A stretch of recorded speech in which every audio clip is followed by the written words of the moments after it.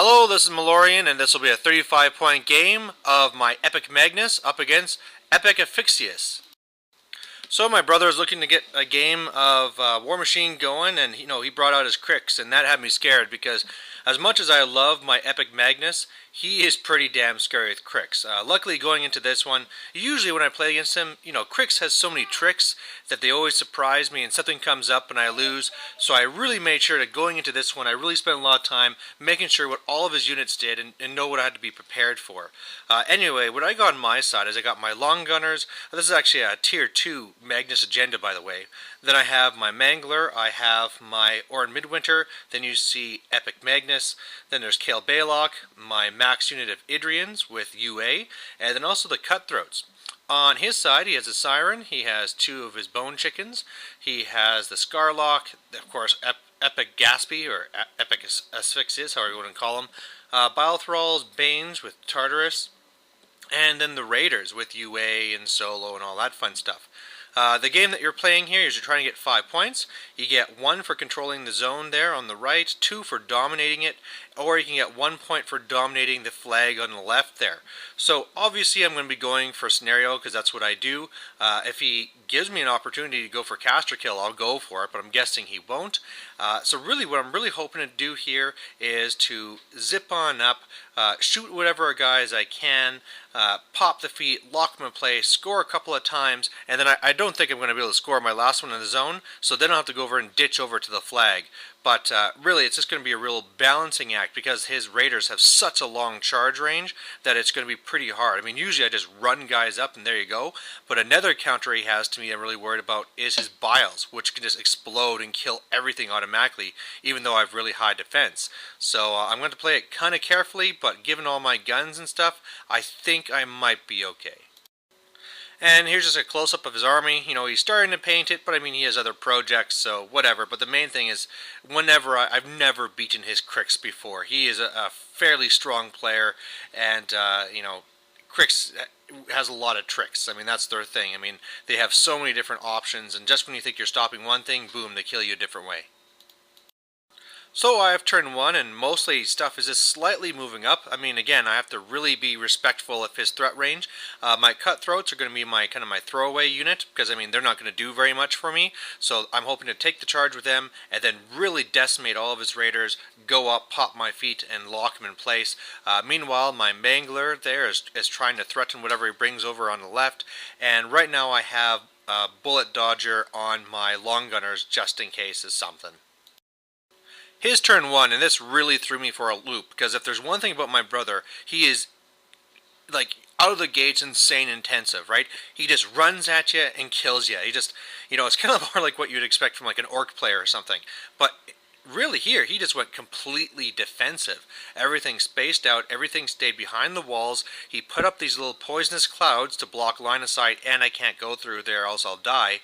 And yeah, so he's kind of giving me the zone. Obviously, I can't score on my turn. We can't score until the second player's second turn. But now I'm not really sure what to do. My turn 2 then, and this was really critical, where I was able to move up with Crow to try and block them, and I was able to stick a shot onto Asphyxious. I mean, I didn't do any damage, but the big thing is if I ever hit you with Crow, you can't cast magic in your next turn. So where I was hoping to catch him in a zone with Orin Midwinter, now it's just, no, we just can't cast spells. So otherwise, you can see I'm kind of spaced out. Orin Midwinter just kind of moved up and put up stealth since I was able to pull off that lucky shot.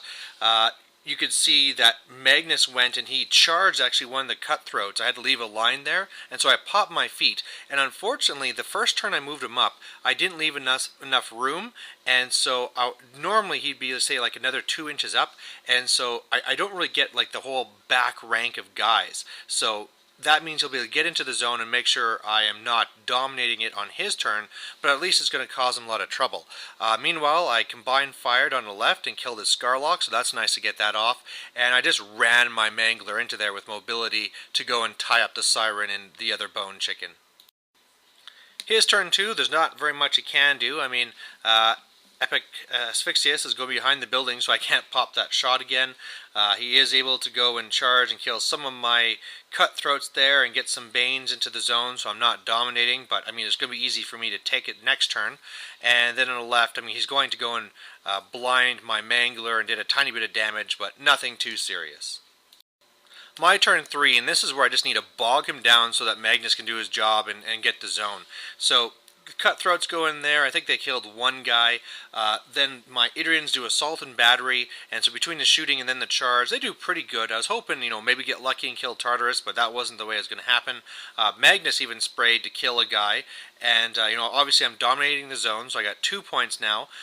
My long gunners, man, they're just not doing anything. I really expected him to have a lot more forward, and so now I'm just finding them completely out of position, so they had to pretty much all combine to kill one of his raiders behind the wall, because he had, defense 20 or something. And then on the left side, my Mangler's trying to hit his guys, and I think I missed in both cases. And I popped my mini feat for my Idrians, so they have crazy high defense this turn. Alright, but unfortunately, crazy high defense isn't actually real, because what happens, what the mini feat is that I get cover, and with cover I get +4 defense. Once I have cover, I also get camouflage, and that gives another 2 defense, making them defense 19, which is pretty awesome and has helped me in a lot of games in the past. One of the things that I had known when I first started my tale with eMagnus, but somehow I'd forgotten over the way, is that with that mini feat, is that it's not just cover, there you go. It's actually lost if you're ever engaged. So it's really only from range things. So coming back, he just devastated almost all my Idrians. They were pretty much almost all dead. That also cleared a lane for him, so he could charge one Bane and Tartarus into Magnus. Luckily for me, he missed with both attacks. But wow. Also, he was able to sneak away the Bone Chicken. I actually did a good amount of damage to it with a free strike, and then attacked Orin Midwinter, and luckily for me, missed. But yeah, things are getting pretty hairy here with me losing almost my entire army. My turn 4, I'd love to run away, but one of the problems is that I'm having major activation issues.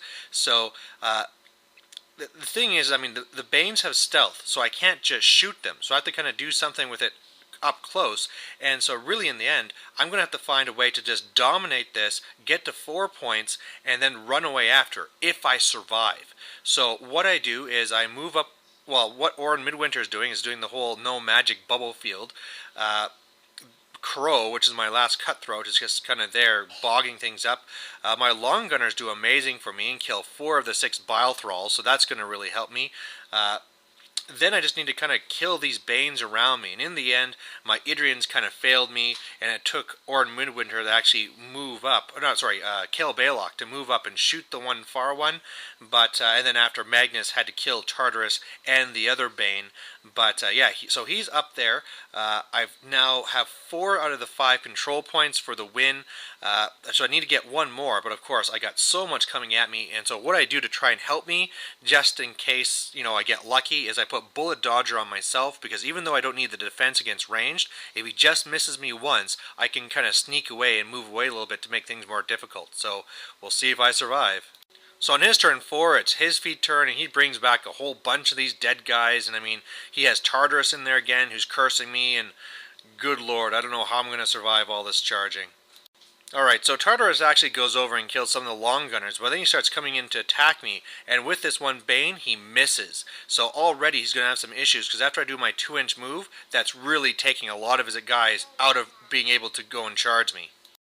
And to add insult to injury, he has another guy come in and miss, and that lets me move again, and now I'm perfectly set up so I can face his Bone Chickens on the left to get the hell out of here and charge away.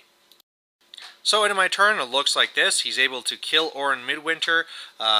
Yeah, the Crow's dead. The only Idrian I have is one that's way far on the right. I get really lucky, and he hits a Raider onto kill Balok, but I only take 3 out of the 5 damage, so he's alive. But yeah, Magnus definitely has to get the hell out of there. My turn 5. Now my Mangler had killed the Siren earlier, so it came over and was able to destroy one of the Bone Chickens, so that was really nice. That's the one that already took the free strike, so it was already pretty hurt. Well, actually, he wasn't able to destroy it. He just did a lot of damage, and then Magnus charged over with mobility to get as much distance as possible and destroyed it. Now he's way out of there. My long gunners go in, kill the rest of the biles, shoot what they can, and really just get in the way. So it's still sitting 4-5, or 4 out of 5 control points, and he has 0. And I just need to get that flag for the win. His turn 5, and this is where he pulls out some of his tricks. He really had to spend a lot of time thinking about this, and with the raiders charging in and stuff, they killed a whole bunch of the long gunners. And then what he did is he brought over here with eAsphyxious. And now, normally he would have loved to just kind of charge in or something, but he doesn't have Pathfinder, so he can't charge over that wall to try and get to eMagnus. So what he does, he comes over here and with Excarnate kills 2 of my long gunners and turns them into Banes. So now he could charge 2 Banes into Magnus, and if they connect, I'm just done. In the end, though, he decided not to charge. I don't know if this was a mistake or what, but he decided to run instead. Maybe he had some range issues, I don't know. But, yeah, he just kind of tried to run to make things difficult for me to actually take him out and to kind of bog me down, hopefully long enough to stop me from getting there. But it was kind of a desperate thing. On my turn, the Mangler just kills both of the Thralls, and then it's a simple thing for Magnus to just go over and win. So, victory to eMagnus, and yeah, this was an intense game. It really wouldn't show from watching this here, but this game, where normally something of this size would take, say, 30 minutes to 45 minutes type thing, this took us 2 hours. It's just one of those things where there's so much infantry, you have to be so careful, there's so many different threats, you have to watch all the different charge angles and all these things, and yeah, it was just one where, if we had Death Clock, one of us would have clocked out. But yeah, a very tough game, and definitely I got lucky with me making it so that he was stuck there and having no magic for a turn. That really helped. Those 2 bullet dodger misses for him really helped me for eMagnus being able to survive. And yeah, it was a big wake-up call, me screwing up that feat. I feel bad for those where I've used it against them. So, whereas I was really set on using this list, well, the 50-point version at the hardcore tournament coming up, now I'm not too sure because it doesn't work the way I thought. But it's still, Idrians are still pretty awesome. I just can't throw them in your face. So there you have it. Thanks for watching. Bye.